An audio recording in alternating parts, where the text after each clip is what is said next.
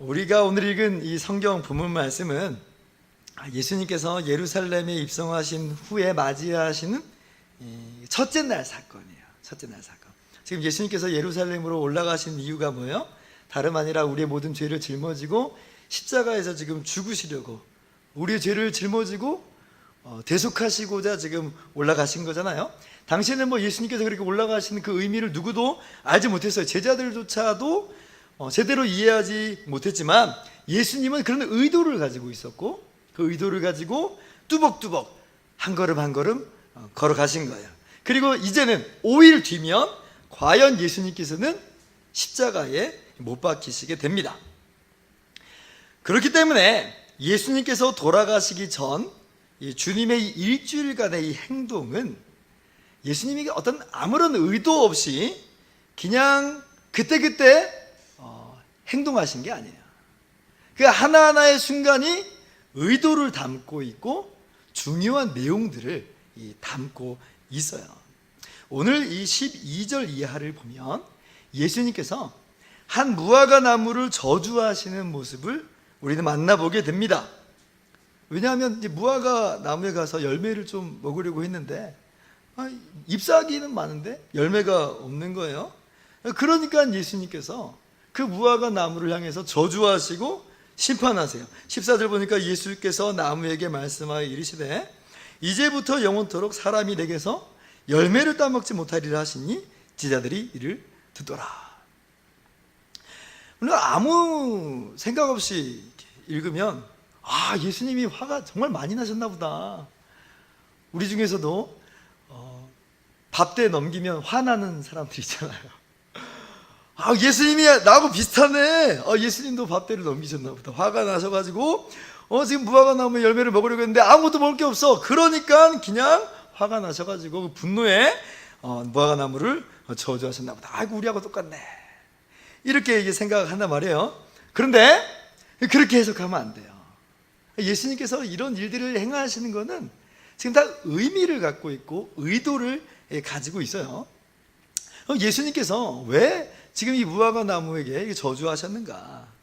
이 의도가 있다는 것은 마가복음 이 11장 13절을 봐도 알아요.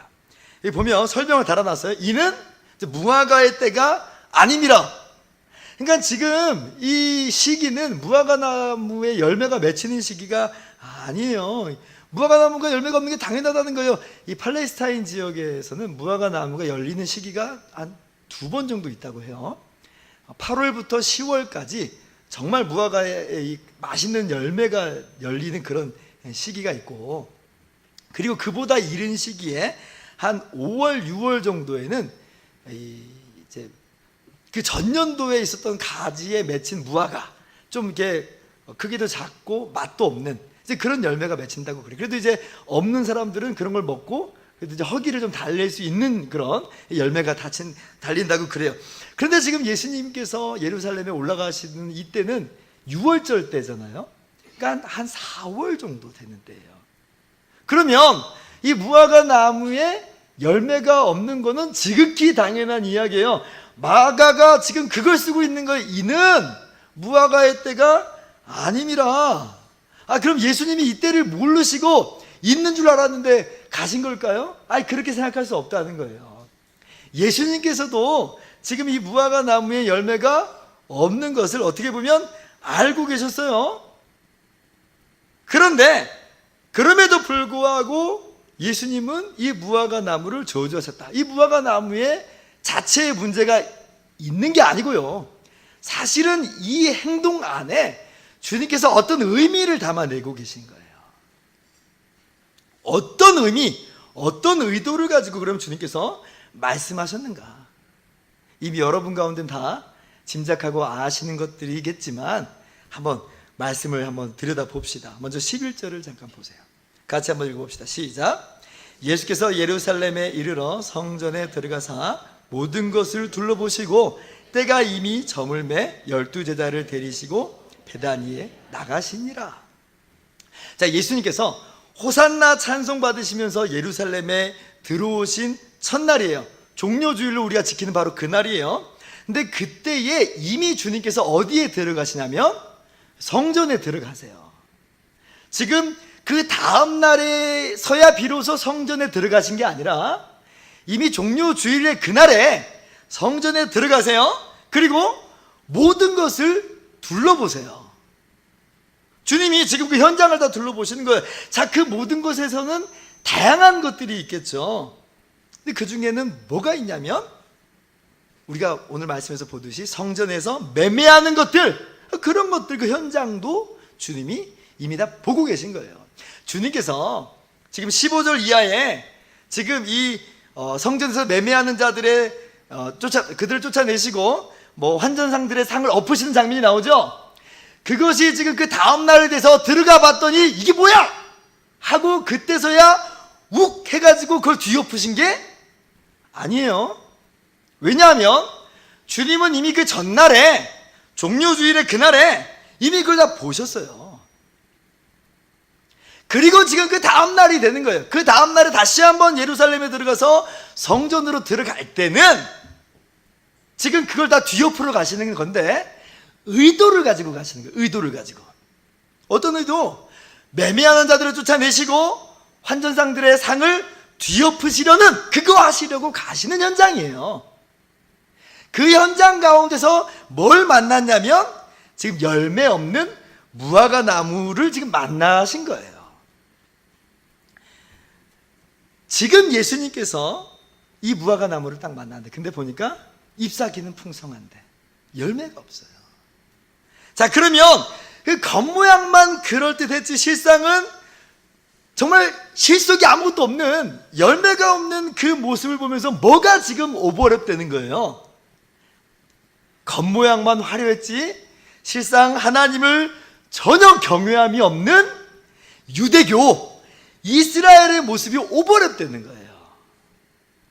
그래서 주님께서 지금 무화과 나무를 향해서 말씀하시는 것이지만 실상은 누구를 향해서 말씀하시는 거냐면 바로 그 이스라엘, 외형만 번지르르 했지 하나님을 진실로 경외하면 없는 그 이스라엘을 향해서 저주와 심판을 내리시는 거예요. 그러니까 이 열매 없는 이 무화과 나무가 하나의 표징이 돼, 표적이 된 표적. 그 실제로 이제 무화과 나무가 말라버리잖아요. 그와 같이 외형만 번들으라고 진실로 하나님을 경외함이 없는 유대교 이스라엘은 사라지고 없어질 것이다 는 것을 이 무화과 나무 속에서 주님께서 우리 가운데 보여주시는 거죠. 유대교가 그렇게 열매가 없고 정말 하나님을 진짜로 경외함이 없는가? 이건 당시 유대교 모습을 보면 우리가 더 쉽게 이해를 할 수가 있습니다. 구약을 보면 이스라엘 사람들은 1년에 3번 반드시 예루살렘에 이 성전에 와서 하나님께 나아가야 됩니다. 그러니까 주님께서, 하나님께서 말씀하시는 거예요. 이 세 절기, 유대인의 세 큰 절기가 있잖아요. 이 6월절, 7.7절, 초막절, 이렇게 3가지 절기가 있는데 이 절기는 반드시 이제 와야 되는 거예요. 그래서 이제 6월절을 맞이했을 때는 전국에서 이스라엘 사람들이 이 예루살렘으로 성전으로 몰려들죠. 그래서 올라올 때는 또 그냥 와요. 6월절에는 양을 잡아야 되니까 이 희생 제물을 가지고 이제 오는 거예요. 그런데 이제 이스라엘이 이제 바벨론 제국에 의해서 멸망당합니다. 그러니까 이스라엘 사람들이 이제 가나안 땅에만 머물지 않고 그 당시에 세계 고대 근동 각지에 흩어지게 돼요. 세계 방방곡곡으로 흩어져서 거기에서 유대인 사회를 이제 이루면서 삽니다. 이걸 디아스포라라고 해요. 근데 이제 그렇게 이제 이 세계 곳곳에서 다른 이민족들 속에서 살아가는데 그것에서 살면서도 불구하고 유대교의 어떤 문화, 어떤 신앙 이런 것들이 잃지 않고 다른 민족들의 어떤 모습에 동화되지 않는 사람들이 있었어요. 민족의 정체성을 여전히 간직하고 신앙을 간직하는 사람들이 있죠. 물론 이제 동화돼 버린 사람도 있습니다. 그런데 어떤 사람들은 동화되지 않고 믿음을 지켜나가는 거예요. 그러니까 이 사람들은 어떻게 해야 돼요? 이 3대 절기가 있을 때에 먼 곳이지만 그 해외에서도 그 먼 거리를 마다하지 않고 이스라엘 땅으로 순례하러 오는 거예요. 그러니까 당시에 이제 예수님 당시에 그 예루살렘에 얼마나 그럼 많은 유대인들이 정말 세계에서 곳곳에서 찾아왔겠어요. 다양하고 아주 국제적인 왁작지껄한 인산인해를 이루고 있었을 거예요. 유대인 역사가 요세푸스에 따르면 한 300만 명 정도 모였다고 해요. 너무 많은 인원이잖아요. 그래서 이제 어떤 학자들은 너무 많이 잡았다. 그 예루살렘의 도시 규모가 그걸 수용할 수 없다.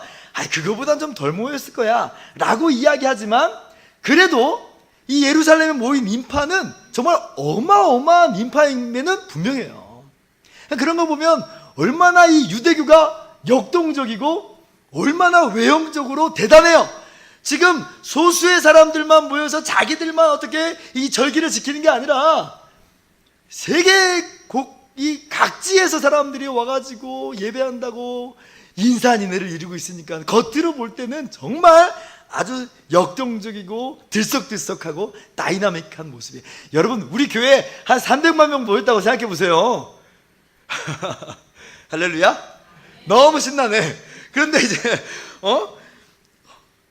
그러면 얼마나 정말 신나고 아주 그냥 멋진 모습이겠어요. 자, 그런데 보세요. 근데 이 외국에 있던 사람들이 올 때는 근데 어려움이 사실 있죠. 왜냐하면 유월절에 희생제물을 이제 가지고 와야 되는데 이게 만만한 일이겠어요? 그렇지 않죠. 오다가 잘못되기라도 하면 어떻게 되겠어요? 그리고 이제 외국 돈, 자기들이 이제 외국 이제 돈으로 생활하고 있으니까 그 외국 돈으로 이제 예물을 드리는데 외국 돈으로 예물을 드릴 수가 없어요. 왜냐하면 이제 로마 동정 같은 경우는 황제상이 있기 때문에 그 황제상은 우상이에요. 그래서 그걸 이제 예물로 드릴 수가 없는 거예요. 그러면 다 지금 예루살렘에 와가지고 유대 돈으로 다 환전을 지금 또 해야만 하는 거죠. 근데 그러다 보니까 이제 그런 사람들의 편의를 봐줘야겠잖아요.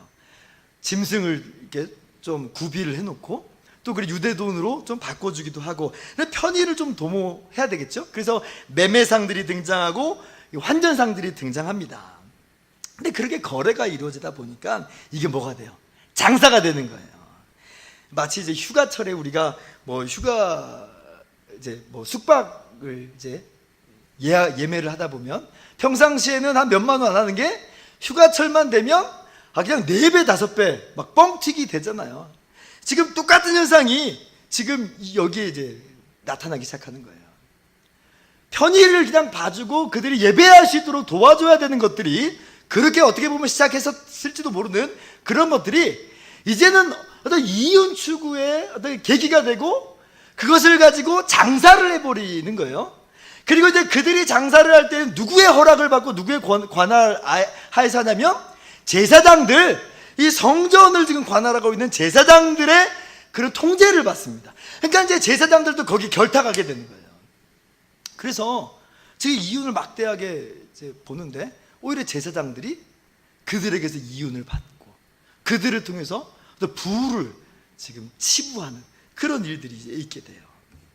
화려해요. 한 300만 명이 모여요. 어마어마한 인원이 모여요. 그러나 그 안에는 어떤 내용들이 지금 있냐면 장사함이 있고 이윤을 추구함이 있고 세상을 따라감이 있고 하나님을 경외한다고 모였는데 오히려 세상을 사랑하는 그런 모습이 보이고 있어요. 가장 순결하고 가장 하나님을 섬겨야 된다고 하는 이 제사장들로부터 시작해서 예루살렘의 이 모든 사람들, 이 사람들이 돈벌이 현장으로 어떻게 보면 세속의 현장으로 이것을 다 뒤엎어버린 거죠. 예수님께서는 지금 그 성전에서 자행되는 그 모습을 보신 거예요. 그러면서 그것을 뒤엎으러 가시는 길에 이 열매 없는 무화과 나무를 만났고 딱 보니까 이스라엘 모습인 거죠. 그래서 잎사귀만 무성한 그 무화과 나무, 열매가 없는 그 무화과 나무를 저주하시고 심판하셨다. 그러므로 우리 주님께서 오늘 이스라엘에게 요구하시는 모습이 뭐예요? 어떤 우리에게 요구하는 모습이 뭐예요? 세속의 모습을 벗어버리고 그런 걸 따라가는 게 아니고 열매를 맺는 모습, 정말 그 안에서 진실로 하나님을 경외하는 모습, 하나님을 예배하는 모습, 그런 모습을 우리 주님께서 요구하시는 거죠. 세상에 물들 것이 아니고요, 도리어 순결한 모습으로 주님을 닮아가는 모습, 바로 그러한 열매를 주님께서 소원하시는 거죠. 이것이 오늘 말씀이 우리에게 주는 첫 번째 교훈이에요. 세속에 물들지 말고 세상을 따라가지 말고 또 화려한 외형을 자랑할 것이 아니고 그 안에 정말 주님을 경외함과 주님을 닮아가는 열매 맺는 신앙인들이 되라. 이것이 첫 번째 교훈입니다. 자, 그리고 이제 예수님께서 성전으로 들어가셔서 자, 매매하는 자들을 다 내쫓으시고 환전상들의 상을 엎어버리시죠. 성전을 깨끗하게 정화하시는 주님의 모습이에요. 마치 이제 아름다운 열매, 좋은 열매를 맺게 하고자 썩은 가지를 도려내는, 잘라내는 어떤 그런 정원사 같은 모습이죠. 그런데 사실 우리가 여기서 한 걸음 더 나가야 돼요. 단순히 지금 그것을 깨끗하게 하고 열매를 맺게 하는 것만 말씀하시는 게 아니에요. 더 깊은 내용도 이 안에 담겨 있어요. 여러분 한번 생각해 보세요. 예수님께서 6월절에 지금 예루살렘에 올라가신 것이, 그 성전에 들어가신 것이 이번이 처음이겠어요? 그렇지 않죠. 이미 예수님께서 여러 번 예루살렘에 올라오셨고 공생의 기간에 적어도 3번 정도 예루살렘에 올라가셨다. 6월절을 예루살렘에서 맞이하셨다. 요한복음에 보면 우리가 그렇게 알 수가 있어요. 그럼 그때는 이 매매상들, 환전상들이 없었을까요? 지금 이게 어제 오늘의 일이에요? 그렇지 않잖아요. 지금 계속 성전에는 매매상들, 환전상들이 있었겠잖아요. 그럼 주님은 지금 그때서야 비로소 이게 웬일이야 라고 지금 알고 계시는 게 아니에요. 깜짝 놀라시는 게 아니에요. 이미 주님이 이 모든 것들을 다 보시고 아셨어요. 그런데 왜 주님은 지금 십자가에서 죽으시기 5일 전에 이 일을 벌이는가 하는 거예요. 5일 전에. 왜 이슈를 만드는가 하는 거예요. 어떻게 보면. 물론 성전이 더럽혀지는 것에 대한 의분이 끌어올라서 그러시는 것도 있죠. 열매를 맺지 못하는 그들의 모습, 껍데기하고 그 알맹이가 전혀 다른 그들의 모습에 대해서 분노하시는 모습이 있는데, 사실 여기에는 한 가지 메시지를 더 전달하는 것들이 있어요. 그게 뭘까? 라고 할 때에, 그래서 오늘 예수님께서 인용하신 말씀을 살펴보면 답이 나와요. 자, 17절 보세요. 한번 같이 읽어봅시다. 시작. 이에 가르쳐 이르시되 내 집은 만민이 기도하는 집이라 칭함을 받으리라고 하지 아니하였느냐. 너희는 강도의 소굴을 만들었도다 하시며, 예수님께서 지금 구약의 말씀을 인용하시는데 어디 말씀이냐면 구약 이사야 56장 7절을 인용하십니다. 거기 보면 내가 곧 그들을 나의 성산으로 인도하여 기도하는 내 집에서 그들을 기쁘게 할 것이며 그들의 번제와 희생을 나의 제단에서 기꺼이 받게 되리니 이는 내 집은 만민이 기도하는 집이라 일컬음이 될 것임이라. 이 이사야 말씀을 인용하세요. 근데 여기서 그들은 누구냐면 이게 중요해요. 그들은 이방인들이에요. 이방인들. 지금 이게 이사야 40장에서 60장의 배경은 하나님께서 범죄한 이스라엘 향해서 구원의 새 언약을 맺으시는 그 본문이에요. 자기의 힘과 행위로는 도저히 구원받을 수 없는 죄인인 이스라엘을 구원하시고자 친히 구원의 길을 예비하시고 이루어 가세요. 그러니까 이사야 53장에는 어떤 내용이 나와요? 그는 실로 우리의 질고를 주고 우리의 슬픔을 당하였거늘 우리는 다 양 같아서 그를 향하여 각기 제 길로 갔거늘 여호와께서 우리의 죄악을 그에게 담당시키셨도다. 예수님의 이름은 나오지 않지만 바로 예수님의 사역을 이야기하세요. 그러면서 하나님께서 친히 예수 그리스도를 통해서 구원의 길을 이루실 것을 이사야 40장에서부터 쭉 보여주고 있어요. 그러면서 지금 56장 7절에 이르러서는 그러한 구원이 비단 이스라엘로만 끝나는 것이 아니고 어디까지 확장되냐면 이방인들까지, 우리가 이방인들이잖아요. 이방인들까지 구원하실 것을 약속하시는 게 바로 오늘 이 말씀이에요.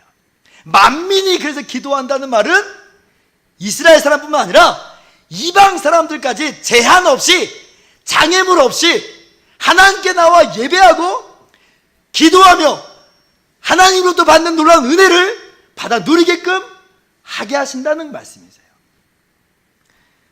여기서 포인트는 만민이에요. 만민. 유대인들뿐 아니라 만민이 하나님을 예배할 수 있어요. 유대인으로 개종 안 했을지라도요, 하나님과 연합했다면, 하나님을 사랑한다면, 하나님을 믿는다면 그가 하나님을 예배할 수 있고 기도의 복을 누릴 수 있으며 응답을 누릴 수 있다. 이게 지금 이사야 56장 7절이에요. 그런데 지금 이스라엘 사람들이 뭔 일을 하고 있냐면 도리어 하나님을 예배하고 기도하는 그 현장 속에 장애물들을 쌓아놓고 있는 거예요. 이방인들은 물론 이거니와, 왜 이방인의 뜰에서 지금 이 일을 사용하고 있거든요. 이방인들은 물론이거니와 유대인들에게조차도 장애물로 작동해요. 왜? 지금 돈 없는 사람은 어쩔 줄을 모르겠잖아요. 그렇게 지금 오히려 하나님을 예배하고 기도하는 것에 있어서 장애물이 돼버린 유대 종교, 유대 의식, 그런 것들. 사실은 또 한편으로는 그들이 여전히 붙잡고 있는 제사, 그런 것들이 한 발자국도 사람들로 하여금 하나님께 나가지 못하게 하는 장애물들로 오히려 작동하고 있더라. 그래서 이 사도시대조차도 어떤 유대 기독교인들이요, 이방인 개종자들, 이방인들 예수님 믿는 사람들을 향해서 뭐라고까지 이야기하냐면, 할례 받아라, 유대인들만 예배할 수 있어. 주님의 말씀하고 다르죠. 이사야 말씀하고 달라요. 유대인으로 개종해야 돼. 그래야지 너는 예배할 수 있는 거야. 장애물들을 쌓아놓고 있는 거예요. 아니 목사님, 근데 그런 유대교 의식들은 다 구약에서 하나님께서 말씀하신 거잖아요. 제사 드리고 희생제물 드리고, 그래서 지키자는 건데 뭐 하나님 말씀 어기자는 거예요. 왜 그렇게 말씀하시죠? 아예 물론 맞아요. 그런 어떤 제사들, 의식들 다 구약에 약속된 것들이에요. 그런데 예수님이 오신 이유는 달라졌어요. 예수님이 오신 이후로는 구약의 그 모든 의식들이 폐하여진 거예요. 어떻게 보면 이방인들에겐 장애물들로 작동하고 있었던 유대 종교, 유대 의식들은 다 사라집니다. 왜? 예수님께서 십자가에 달려 죽으심으로 율법의 그 모든 의식을 다 성취하신 거예요. 한마디로 말하면 유대교의 의식과 어떤 제사들, 희생들은 다 그림자고 모형이었거든요. 근데 이제 실체 대신 예수님이 오셨으니까 그런 것들은 필요 없는 거예요. 그러니까 예수님은 지금 매매상들을 쓸어 엎으세요. 환전상도 쓸어 엎으세요. 이런 것들로 하나님을 예배하고 기도로 나갈 수 있는 게 아니거든요. 이제 이런 것들이 하나님께 나갈 수 있는 통로가 되는 게 아니에요. 누가 통로가 돼요? 예수 그리스도께서 친히 하나님께 나아갈 수 있는 유일한 통로와 길이 되심을 주님께서는 성전을 깨끗하게 하시는 것으로 말씀하시는 것, 이것이 더 깊은 의미예요. 정말 그런가? 할 때 히브리서 8장 5절 보니까 그들이 섬기는 것은 하늘에 있는 것에 모형이라, 제사장들이 섬기는 것, 제사 드리는 것, 지금 성전으로 모이는 이 모든 것들, 이런 것들은 다 그림자고 모형이라는 거예요. 9장도 보세요. 9장 9절 10절 보니까, 자, 그래서 이 장막 성소는 현재까지의 비운이 실체가 아니라는 거예요. 그림자라는 거예요. 이에 따라 드리는 예물과 제사는 섬기는 자를 그 양심상 온전하게 할 수 없나니. 10절 같이요. 이런 것은 먹고 마시는 것과 여러 가지 씻는 것과 함께 육체의 예법일 뿐이며 개혁할 때까지 맡겨둔 것이니라. 그러면 예수님이 지금 우리를 대신해서 십자가에서 달려 돌아가시는 현장 속에서 이런 것들이 필요해요, 안 필요해요? 필요 없는 거예요. 필요 없는 거예요. 그러니까 주님께서 십자가에 달리시기 5일 전에 이런 것들은 지나갔다, 이런 것들은 폐하여졌다 라고 하시면서 주님께서 제하시는 거예요. 마치 아파트 분양되고 아파트 다 지어지고 아파트 분양되면 모델하우스 어떻게 해요? 모델하우스 없애야죠. 계속 있을 필요가 없잖아요. 그런 거예요. 예수님께서 십자가에서 오르시기 전에 성전에서 보여주는 내용은 바로 이런 내용이에요. 그래서 다시 히브리서 10장 8절 보면 위에 말씀하시기를 주께서는 제사와 예물과 번제와 속죄제는 원하지도 아니하고 기뻐하지도 아니하신다 하셨고, 자 9절 같이요. 그 위에 말씀하시기를 보시옵소서 내가 하나님의 뜻을 행하려 왔나이다 하셨으니 그 첫째 것을 폐하심은 둘째 것을 세우려 하심이라. 그러니까 그것 때문에 예수님께서 십자가에 달려 죽으셨어요. 이 구약의 모든 의식들, 모든 예법들, 희생들, 그런 것들 자체는 모형이고 그림자였을 뿐이므로 실체 대신 주님이 십자가 앞에서 이런 것들은 다 이제 없어지는 것이고, 이제 그러므로 누구든지 예수 그리스도의 보혈을 힘입어서 하나님께 나아갈 수 있다. 하나님의 자녀가 되어서 영광의 나라에 들어간다. 그러므로 말미암아 우리에게 주어지는 건 뭐예요?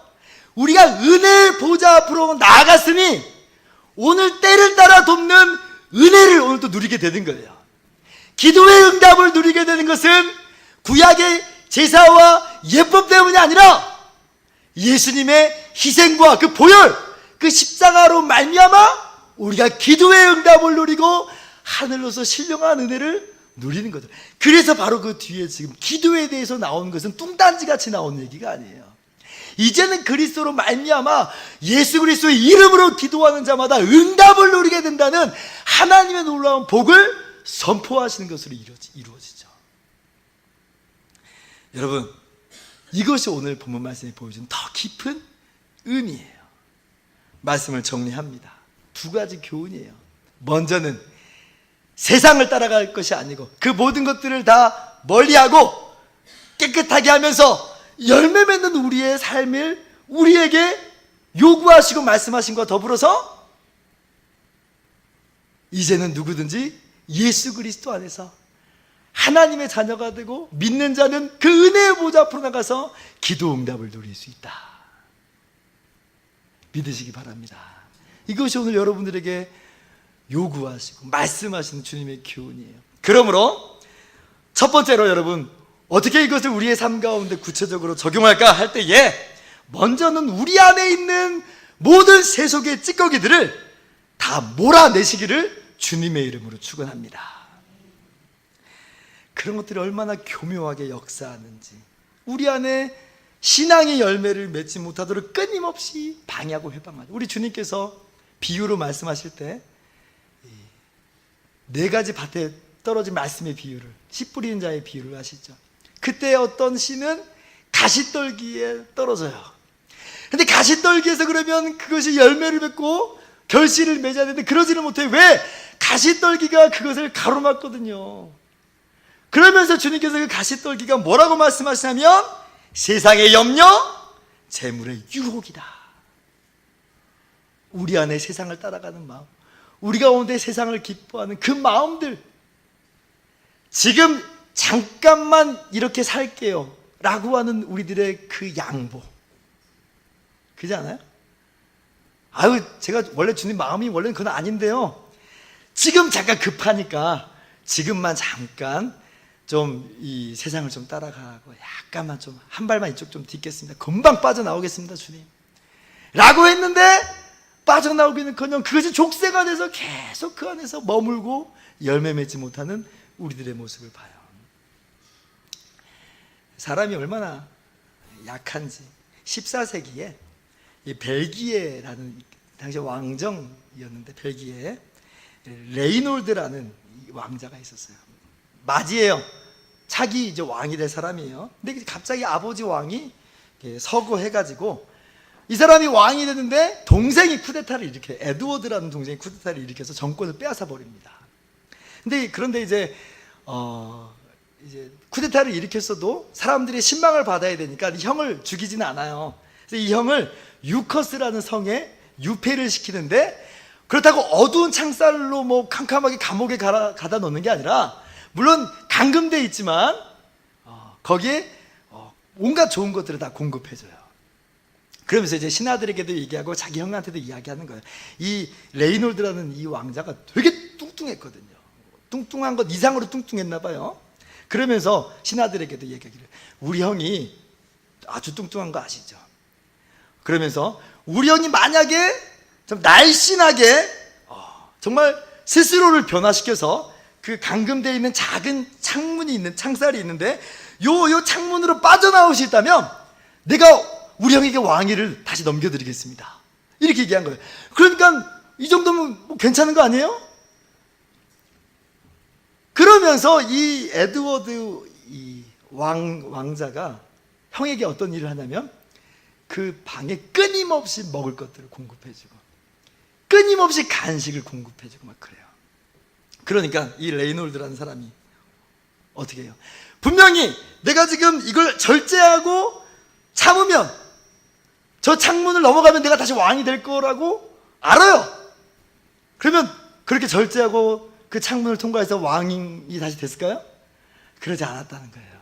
10년이 되도록 이 사람은 계속 그 안에 넣어주는 음식들과 산의 진미들, 간식들에 탐닉하고 헤어나오지를 못해요.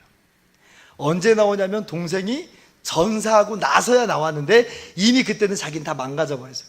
이 레이놀드 왕자도 얼마 지나지 않아서 죽게 됩니다.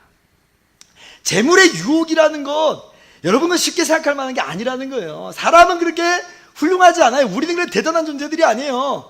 지금 이 정도면 괜찮겠지, 지금 이것만 맛보고 돌아갈 거야 라고 하는 그 순간 이미 우리는 거기에 빠져버려가지고 헤어나오질 못하는 거예요. 이거 그냥 끊고 죽게로 돌아가면 되는데 거기에 밝은 빛이 있는데 그러지를 못하고 계속 세상 속에 마치 늪에 빠진 사람 모양 우리가 거기에서 허우적거리고 있더라. 여러분, 세상의 모든 유혹들, 세상의 모든 찌꺼기들을 여러분 마음 가운데서 몰아내시기 바랍니다. 우린 그런 것들에 지금 가로막혀서 열매 맺지 못하는 신앙인들이 될 사람들이 아니에요. 다 그런 것들을 몰아내고 예수의 이름으로 쫓아내면서 열매 맺는 신앙이 돼요. 정말 주님을 영화롭게 하는 저와 여러분 되기를 바랍니다. 둘째로, 하나님께 나아가 기도하는 복을 누리시기를 주님의 이름으로 축원합니다. 언제? 오늘. 어떻게? 기도함으로. 다른 것들은 필요 없어요. 우리가 뭔가 해서 이 기도의 복을 누리는 게 아니에요. 예수 그리스도의 이름으로 이제는 누구든지 하나님의 자녀가 되었으니 믿는 자는 이 복을 누리는 거예요. 여러분, 위대한 권리가, 위대한 능력이 여러분의 손에 주어졌습니다. 기도예요, 기도. 믿는 자에게 주시는 위대한 권리예요. 제네럴 모터스라는 미국의 아주 유명한 회사가 있어요. 초창기에 찰스 캐터링이라고 하는 아주 훌륭한 기술자가 있었습니다. 전기 시동기, 자동차 전기 시동기를 발명하고 자동차에 관해서는 한 300여 건 이상의 특허를 보유하고 있었던 사람이에요. 이 사람 얼마나 대단한 사람이에요. 그래서 이 사람이 한 모임에 갔는데 사회자가 이 캐터링의 이 손을 높이 쳐들면서 칭찬하고 높여주는 거죠. 그래서 캐터링 씨, 지금까지 이 손으로 한 일 중에서 가장 중요한 일은 무엇이었습니까? 이렇게 질문을 했어요. 사람들이 뭐라고 기도했겠어요? 자동차를 만드는 일이었습니다. 이런 것들을 기대하지 않았겠어요? 그런데 이 찰스 캐터링이 뭐라고 지금 거기에 대답을 했냐면, 이 손으로 한 일들 중 가장 중요한 일은 두 손을 모아 하나님께 기도하는 일이었습니다. 이렇게 이야기했어요. 여러분, 하나님과 여러분 사이에 막힌 장애물들이 아무것도 없습니다. 모든 의식들, 모든 다른 제한들 다 철폐됐어요. 예수 그리스도의 십자가로 말미암아 다 사라져 버렸어요. 이제는 기도하면 돼요. 아버지가 되신 하나님께 간구하면 됩니다. 주님께서 오늘 저와 여러분의 기도를 들으시고 응답하심을 믿습니다. 그러므로 오늘 믿음으로 주께 기도함으로 말미암아 하나님께서 예비하신 놀라운 복을 누리시기를 주님의 이름으로 축원합니다. 기도하겠습니다.